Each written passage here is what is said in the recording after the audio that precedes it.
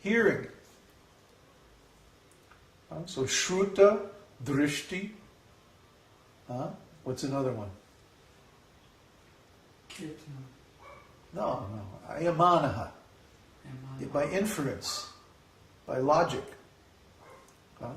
But we're not talking about either of those. Right now we're talking about drishti, by seeing. The seers of the truth. So they have seen so many things come and go, impermanent. And so have we.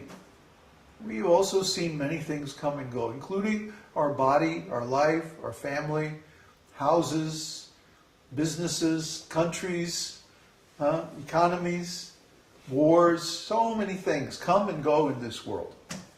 This world is a constant parade of coming and going. Where are the great leaders of Egypt and Rome and Assyria and places like that?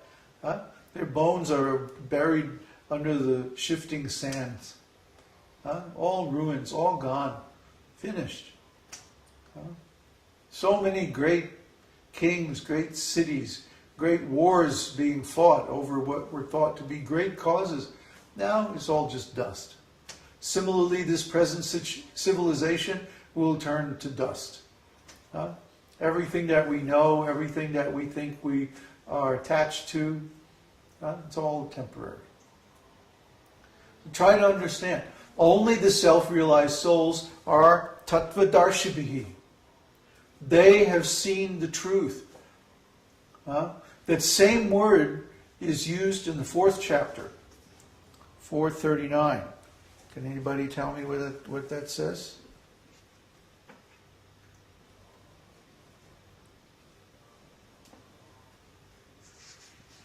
No, wait a minute. Maybe it's 429.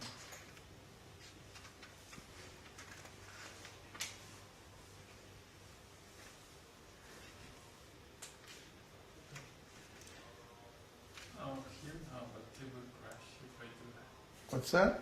No. Sorry, 434. Tat vidi pranipatena pariprashnena sevaya upadekshanti te jnana jnaninas tattva darshibaha. Or tattva darshinaha. Same word. Jnanina. He is self-realized. He has real knowledge.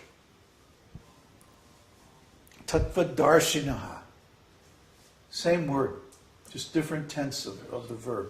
Tattvadarshibihi, tattvadarsinaha. The seers of the truth. He has, and then this one, he has seen the truth. Tattvadarshibihi, tattvadarsinaha. He's seeing the truth. That means he's seeing Kṛṣṇa.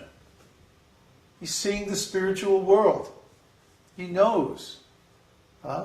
He's not theorizing. He's not guessing. We're not talking about anumanaha, the consideration of logic or reason. We're not even talking about shruti or shravana, hearing from authorities or from the Vedas. No. We're talking about direct seeing.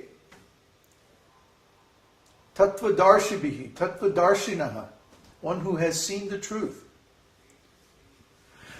This can be experienced by anyone because everyone has transcendental consciousness. Consciousness is transcendental. The problem is we're filling it with junk. We're filling our consciousness with temporary things. It's like the difference between a nutritious meal and going down to the fast food place and getting the junk food. A bag of potato chips or something like that. Versus a nice nutritious meal. So, because of this, we feel empty, we feel incomplete, we feel restless, we feel unfulfilled. And then we go searching for fulfillment and completion in all the wrong places. We try to get another temporary thing and another temporary thing and another and another and another. But all of these things are going to disappoint us. Why? Because we are eternal. We are real. We have no beginning and no end. We have transcendental existence. But we try to fill our senses, our mind, our consciousness with temporary things. Of course that's not going to work. We're going to feel cheated. We're going to feel unsatisfied. Because it's junk food. You cannot live on junk food. The Twinkie diet. It's crazy. You can't live on Twinkies and potato chips and pizza. I mean, you can, but the quality of life is going to be very bad, very poor. Similarly, our quality of life, if we try to fill ourselves with this material consciousness, material knowledge, is going to be very poor, and we're always going to be unsatisfied. I need to get a different chair. This thing is really bugging me.